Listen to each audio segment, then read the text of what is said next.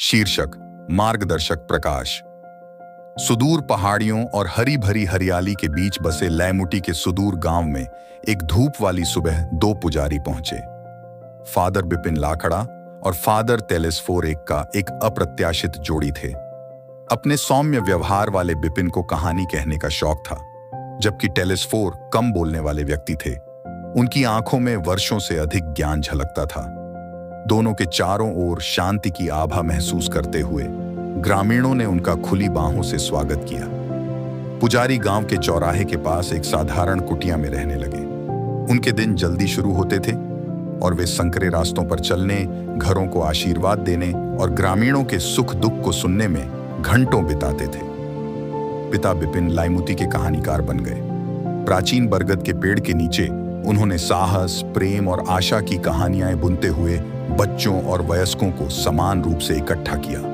जब वह भूले हुए नायकों की किंवदंतियां सुना रहा था और सितारों के रहस्य फुसफुसा रहा था, तो उसकी आंखें चमक उठीं। गांव वाले उनके हर शब्द पर ध्यान देते थे, उनकी कहानियों के जादू में सांत्वना पाते थे। दूसरी ओर फादर टेलेस्फोर एक मूक पर्यवेक्षक थे। वह पहाड़ियों पर घूमता रहा, उसके कदम अदृश्य राहें छोड़ते रहे। जब कोई उनसे सलाह या सांत्वना मांगता हुआ आता था, तो वह केवल सिर हिलाते थे और एक गुप्त मुस्कान देते थे। उनकी उपस्थिति एक प्रकाश स्तंभ की तरह थी, स्थिर, अटूट, खोई हुई आत्माओं को उनके पथ पर वापस लाने का मार्गदर्शन करना। एक तूफानी रात रीना नाम के एक युवा चरवाहे ने पुजारियों के दरवाजे पर शरण मांगी। उसकी भेड़ें तितर बितर हो गई थीं और उसे डर था कि वे कभी भी घर नहीं पहुंच पाएंगी।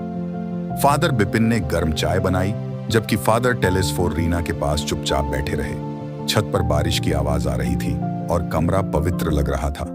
मुझे बताओ पिता, रीना ने फुसफुसाया, मैं अपनी खोई हुई भेड़ को कैसे ढूंढूं? पिता बिपिन आगे झुक गए। उनकी आंखें दयालु थीं। सुनो मेरे बच्चे, प्रत्येक भेड़ अपने साथ एक छोटी लालटेन रखती है।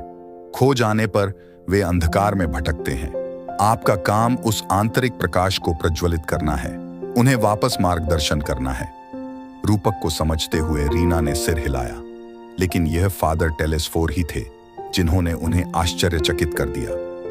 वह खड़ा हुआ, खिड़की के पास गया और खिड़की खोल दी। बारिश की बूंदें शीशे पर गिरीं और बिजली ने पहाड़ियों को रोशन कर दिया। देखो, फादर टेलेस्फोर ने इशारा करते हुए कहा, दूर की चमक देखें, वह आपकी भेड़शाला है, इसका पालन करो।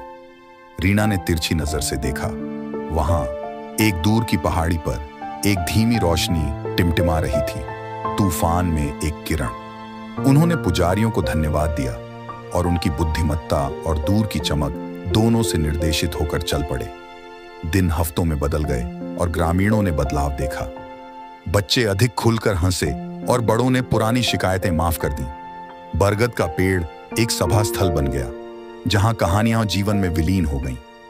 फादर बिपिन की कहानियों ने साहस को प्रेरित किया, जबकि फादर टेलेस्फोर की मौन उपस्थिति ने घावों को भर दिया। एक शाम जब सूरज पहाड़ियों के पीछे डूब गया, रीना वापस लौट आई। उसकी भेड़ें सुरक्षित थीं, उनकी लालटेनें तेज जल रही थीं। उसने पुजारियों को गले लगाया, उसकी आंखों में आंसू थे। आप हमारे चरवाहे हैं, उन्होंने कहा, तूफानों में हमारा मार्गदर्शन करना। पिता बिपिन हंसे, और तुम मेरे दोस्त उन लालटेनों के रखवाले हो। गांव वाले सहमत हुए। उन्होंने इस जोड़ी का नाम द गाइडिंग लाइट रखा। फादर बिपिन की कहानियों ने उनके दिलों को रोशन कर दिया और फादर टेलेस्फोर के मूक मार्गदर्शन ने उन्हें घर तक पहुंचाया। और इसलिए लैमुटी के शांत गांव में दो पुजारी आत्माओं के चरवाहे बन गए। उनकी विरासत पहाड़ियों में उकेरी गई और हवा से फुसफुसाई।